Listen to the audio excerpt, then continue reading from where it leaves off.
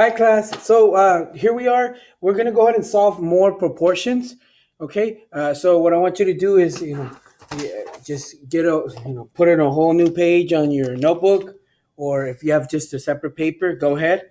So this is more complicated ones. Okay. So again, like before, your name, your period, the 26 today. You're going to solve more proportions. Okay. Here's your essential question for today. This is the one you're going to answer. How do I solve more complicated proportions? How do I do it? Okay, they're a little bit more complicated, so let's find out how to do these. All right, that's what we're going to answer today. I'm going to give you two examples. So here's example number one. So example number one, which you're going to copy on your paper, is x plus 1 over 4 equals 3 to 4. So are these proportions equal? What will x be to make this proportion equal? So that's what we're going to do right now. So what we're going to do is we're going to use the cross product, okay? So when we use the cross product, we're going to multiply 4 times 3. Okay, 4 times 3 is right here. Okay, and then we're going to multiply x plus 1 times 4. It's this whole thing times 4. Okay, when we do that, we have now a parentheses there. And remember, with parentheses, you have to get rid of it. And the way you get rid of it is to distribute. So we're going to use the distributive property. So I wrote this differently. I went ahead and just flipped them like that. You can do that. You can switch positions. That's fine. So now this is 12. 4 times 3 is 12.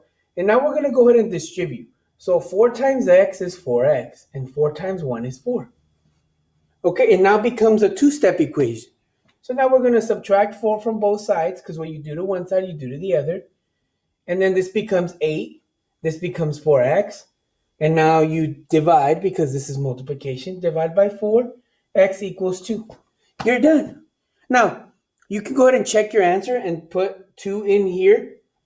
And you're going to get the same thing. Watch. Let's see. Check it out. So 2 plus 1. 2 plus 1 is 3. 3 over 4. 3 over 4. We did it. We checked it real quickly. Now, let's go ahead and do example number 2. Now, remember, you're copying this on a paper, and you're going to post a picture of this on the next slide. All right, here we go. Let's go ahead and do example number 2. All right, so for example number 2, we have 4 to b minus 2 is equal to 4 to 12. So we need to find out if these two ratios make a proportion, if they are equal. And if they are, what will b be to make this true? So let's go ahead and cross multiply, okay, or using the cross product. Okay, so we're going to go 4 times 12. And then b minus 2 times 4. All right. So now 4 times 12 is 48. Okay, this one I'm gonna switch positions. I'm gonna flip it over just to make it look a little bit better, what you're used to seeing. And then we're gonna distribute. 48 equals 4b minus 8. Now, this becomes a two-step equation, which we know how to solve already. So add 8.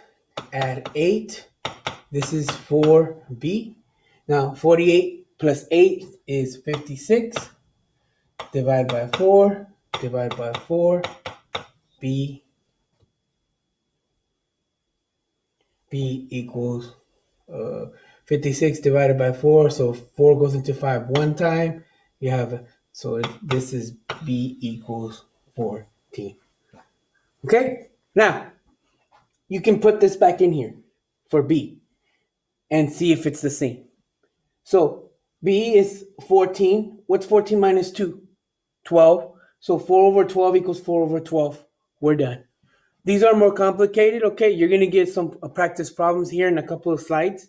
Okay, so for now, what I want you to do is go ahead and post this picture on the next slide after this video. All right, guys, and remember these two examples, if you can't read them here, like if you can't read this problem over here, they're right here. One's on top and one's right here on the bottom. All right? Okay, guys.